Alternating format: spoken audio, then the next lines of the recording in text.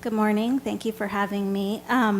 So today Kevin talked a little bit about the Energy Commission's general role, and I'm going to talk about some of the actual funding we've given to the medium duty and heavy duty sector.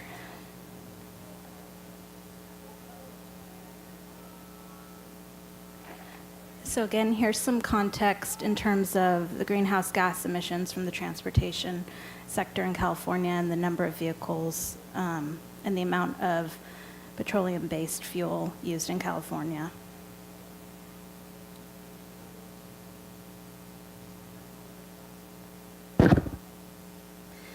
Under the Energy Commission's Alternative and Renewable Fuel and Vehicle Technology Program, the ARFVTP, I guess is what we call it, it's really long, we have put a lot of money into the light-duty sector, and here you can see a history of the spending we've made for alternative fuels, EV charging infrastructure.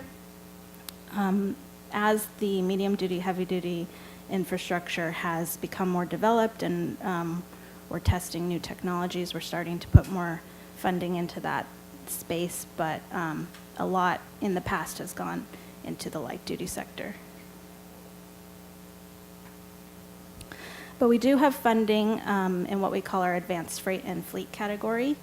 And in this area, we've funded medium-duty, heavy-duty vehicle demonstrations of new technology, and then the deployment of charging infrastructure.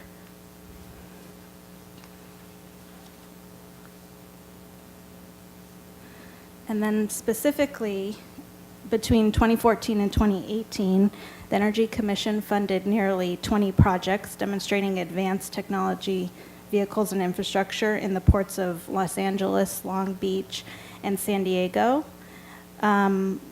We deployed several zero and near zero emission medium and heavy duty vehicles like yard trucks, drayage trucks, gantry cranes, top handlers, and forklifts, as well as installing charging and refueling infrastructure for electric and hydrogen vehicles.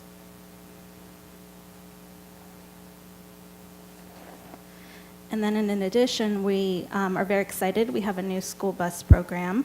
The California Energy School Bus Replacement Program is providing more than $94 million to public school districts, county offices of education, and joint power authorities throughout the state to help transition from old polluting diesel school buses to zero and low emission vehicles.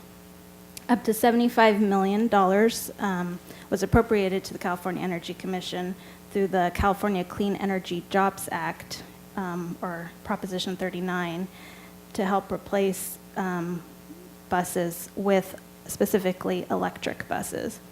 And then additionally, the Energy Commission's ARFVTP program is providing $13 million in funding for infrastructure and funding for workforce development and training for drivers and maintenance technicians.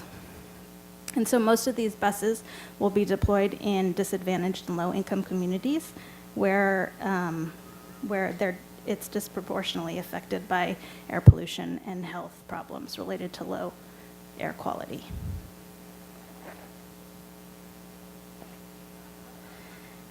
And so converting to electric school buses has numerous benefits. It protects children and their communities from pollutants emitted by diesel school buses, including particulate matter, which can lodge deep in the lungs and even to the bloodstream. And children are more susceptible than adults to these adverse health impacts, so this is really important for children's health and safety. And then in addition, converting these buses will help save schools money on fuel and repairs, providing an estimated savings of approximately $116,000 in fuel and maintenance costs per bus over 20 years.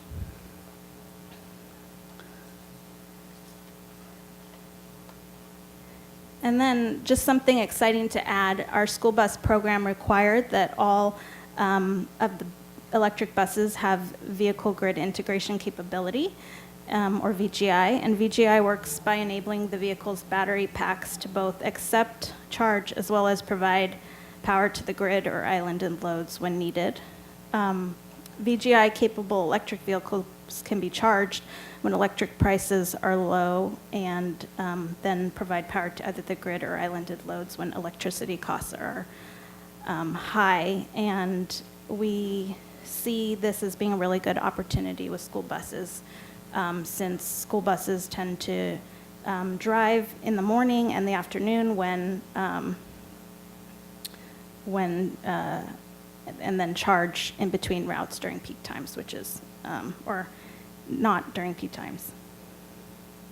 And then, in addition, there is more stress on the grid during summer months, which is when most school buses are not in use. And so these vehicles can remain plugged in and operate as a grid resource during that time.